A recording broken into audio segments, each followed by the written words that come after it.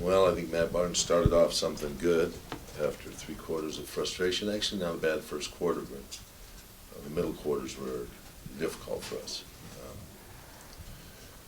And we got something going in the fourth quarter, got some defense working, and we survived that game. That's about all I can say.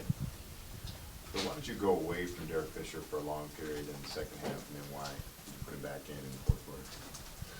Got 4 fouls on him early in the third. So, at the point in the game when I put him back in, I thought we needed some change in attitude out there, change in direction.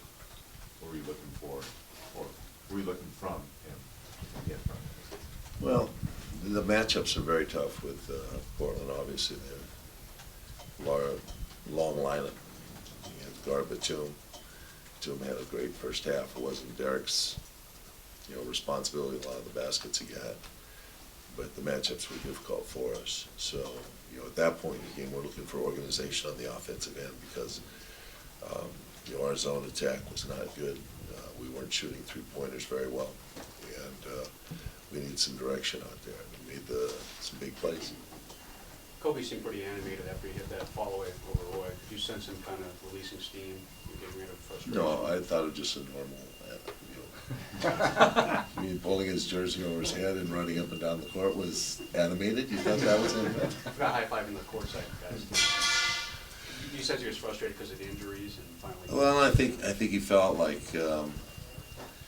he went through traffic and he got the ball taken away and they had a foul called on him when he came out of that little melee. He was unhappy about that. He thought it was a foul situation. Fortunately, he didn't get a technical. But I thought it just brought his energy up, and he needed to have that happen to him. How did you feel Lamar played you guys, especially early in the fourth quarter? Lamar was okay tonight. He was really good.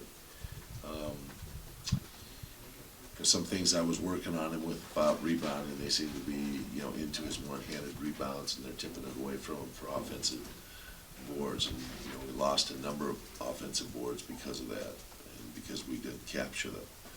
So I was on the big guys about the rebounds that Portland was claiming and getting, second chance points. He actually made a right-hand layup tonight. I mean, he drove left. And Still went off the wrong foot.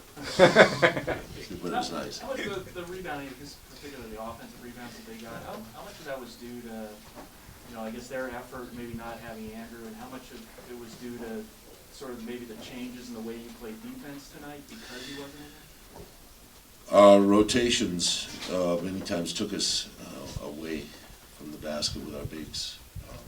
Guys driving, trying to stop the drivers, and secondary rebounders coming in and capturing rebounds. Like big examples, Camby going over the top of Blake late in the ball game and getting a rebound, reaching over the top of him.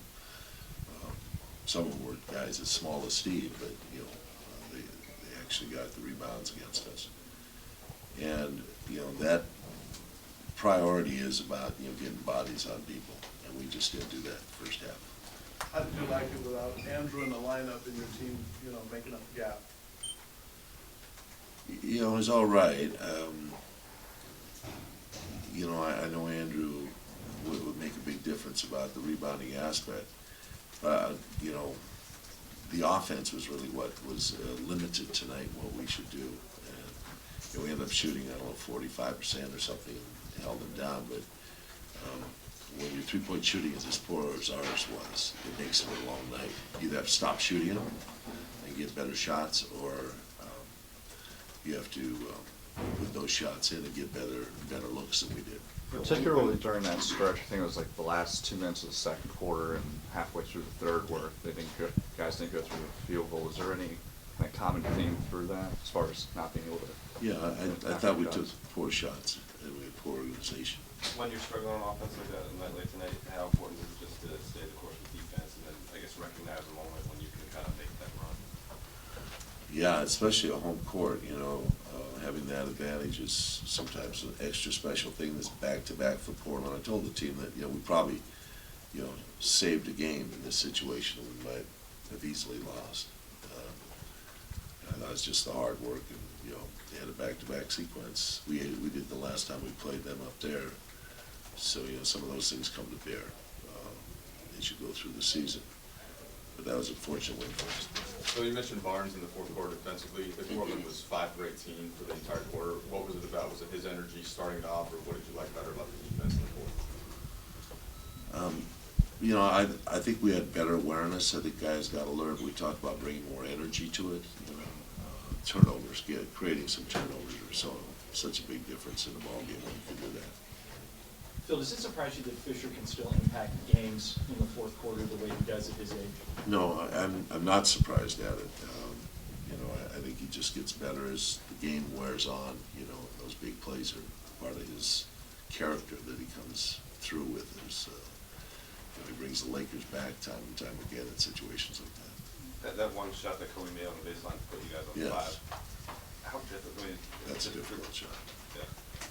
How much can that help you having that shot in your arsenal? Like, can they do anything against the shot? Well, you know, we've seen, you know, Roy make shots like that, and, you know, players that are the difference makers in this game are the kind of guys that make those kind of shots. They have the ability to, you know, continue elevating or hang and get the shot off anyway against good defense. What did you see on the sequence that led to Ron's technical?